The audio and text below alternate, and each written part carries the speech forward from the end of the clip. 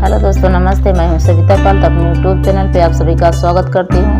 तो दोस्तों, आज हम आप लोग के सामने एक मैं प्यारा सा नाच गीत लेकर आई हूं। अगर अच्छा लगा तो प्यार दुलार आशीर्वाद जरूर दीजिए और गाना कैसा लगा कमेंट बॉक्स में जरूर बताइए।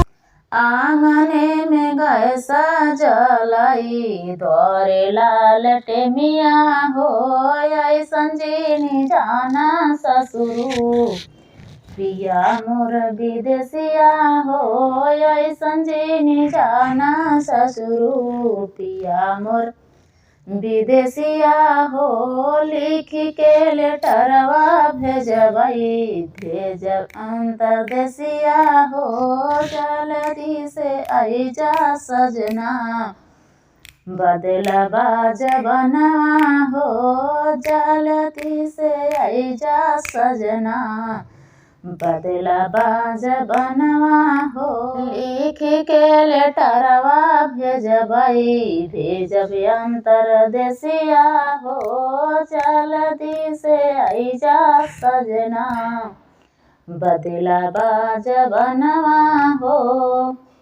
आंगने में कैसा जलाई दौरे लाल टेमिया हो संजीनी जाना जेठवा पिया मोर विदेशिया हो लिख के लेटरवा भेजब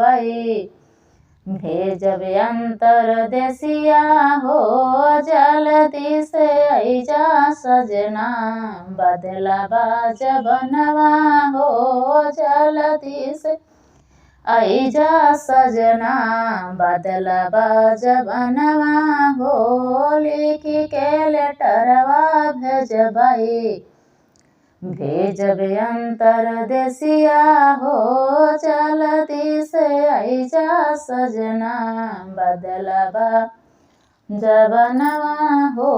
आंगने में गैस जलाई दौरे लाल टेमिया हो जल्दी से आई जा सजना बदलबा जबनवा हो लिख के लेटरवा भेजब अंतरदेशिया हो जल्दी से आई जा सजना बदलबा जबनवा हो। आंगने में गैस जलाई द्वारे लाल टेमिया हो आई संजीनी जाना देवरू पिया मोर विदेशिया हो लिख के लेटरवा भेजब